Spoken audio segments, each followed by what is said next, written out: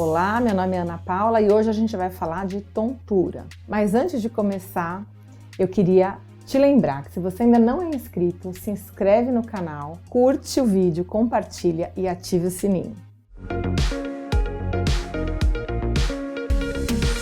Existem muitas causas de tontura. Na verdade, a gente tem uma diferença entre tontura e vertigem. Eu vou tentar explicar um pouquinho para vocês. Tontura é uma sensação de zonzeira, é uma sensação assim como se você estivesse meio flutuando, sabe? Todo mundo já teve isso alguma vez na vida, né? Então, essa é a tontura. É diferente da vertigem, que é aquela coisa que fica girando, tá? Como se você estivesse no liquidificador, que geralmente também todo mundo já sentiu, ou a vertigem como se você estivesse assim num navio, né? Ou no barco, subindo e descendo, tá? Então essa é a vertigem, a outra é a tontura.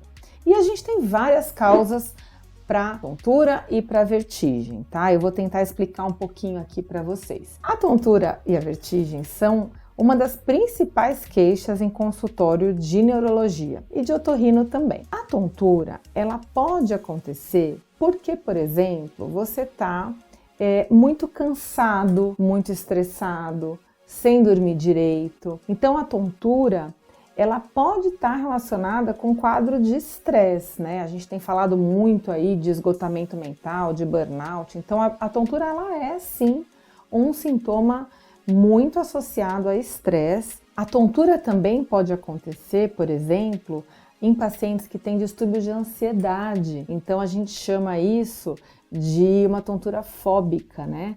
Porque, por exemplo, pode acontecer uma sensação toda vez que o paciente vai sair de casa ou vai se expor a alguma situação, quando tem mais gente ou quando ele está dirigindo, né? Associado às fobias aí específicas, ele tem uma sensação lá de que as coisas estão girando, de que está rodando. Isso pode estar relacionado a fobias. Eu também posso ter vertigens relacionadas a problema do labirinto. Por exemplo, a famosa labirintite, que todo mundo que tem tontura acha que tem labirintite, né? E aí não é isso, tá? Então a labirintite é uma inflamação do labirinto e geralmente isso acontece com outros sintomas auditivos, como por exemplo zumbido, ou de repente a pessoa fica sem ouvir direito em um determinado ouvido. Geralmente o labirinto inflamado, ele dá náusea, vômito junto com a tontura, tá? Então não é só a tontura. Uma pessoa com labirintite,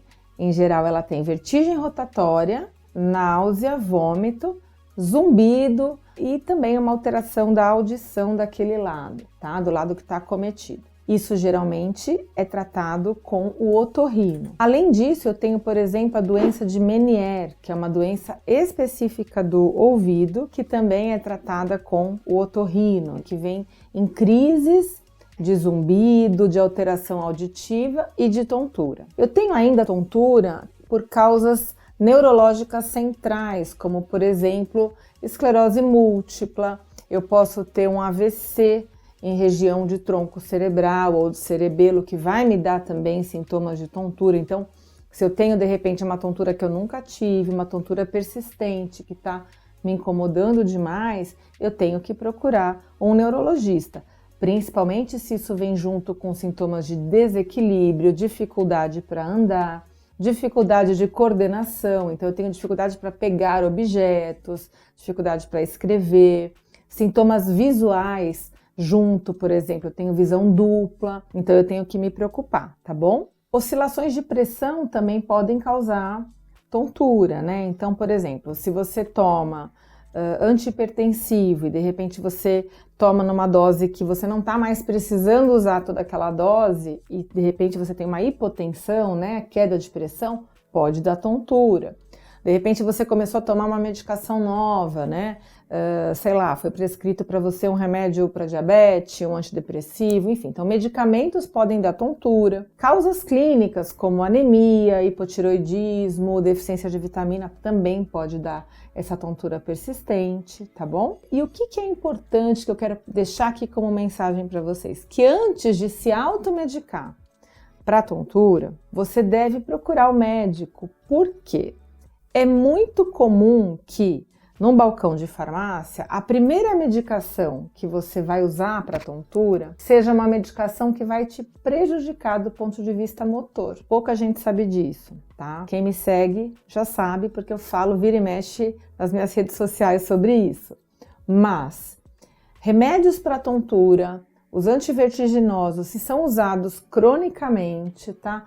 Principalmente aqueles mais antigos, né? Vertix, Vertizine, Stugeron, Meclin, Dramin, enfim. E esses sintomas motores são aqueles que simulam os sintomas de Parkinson. Então a gente chama de parkinsonismo medicamentoso. A pessoa pode ficar toda travada, rígida, né? Lentificada, com dificuldade para andar, para se movimentar, até para deglutir, tá? Então, isso é muito sério. Por isso que a gente fala que antes de se automedicar para tontura, você deve procurar um médico, porque esses sintomas parkinsonianos, né, de um parkinsonismo medicamentoso, muitas vezes é difícil da gente tratar, tá bom? Então, eu espero que tenha esclarecido para vocês, né, o que é tontura, vertigem, as principais causas, e tenha deixado bem claro que não é para você se automedicar caso você tenha tontura, tá bom? Ou se de repente o médico passou para você uma medicação para tontura, você lembre que não é para usar de uso contínuo, tá? Você deve usar por um período e retornar no médico para conversar e saber até quando você deve continuar usando. Então, se você ficou com alguma dúvida, deixa aqui para mim nos comentários que eu vou responder todo mundo. Não deixa de se inscrever aqui no canal e de curtir esse vídeo.